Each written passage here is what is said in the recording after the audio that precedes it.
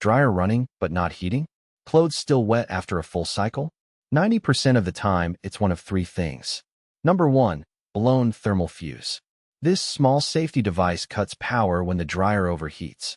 Once it blows, no heat until it's replaced. Part costs $10 to $20. With labor, about $100 to $150 total. Important, it blew because your vent is clogged. Replace the fuse without cleaning the vent and it'll blow again within weeks. Number 2. Bad heating element. The coil that generates heat burned out. You'll get zero heat. Replacement runs $150 to $300 depending on the brand. Samsung, LG, and Whirlpool elements are usually $150 to $250. Number 3. Clogged dryer vent. Lint blocks the exhaust. The dryer overheats. The thermal fuse blows. It's a chain reaction. Signs include long dry times, the dryer feeling extremely hot, or a burning smell. Professional vent cleaning costs $100 to $200 and should be done yearly. For gas dryers, a fourth possibility is a bad igniter.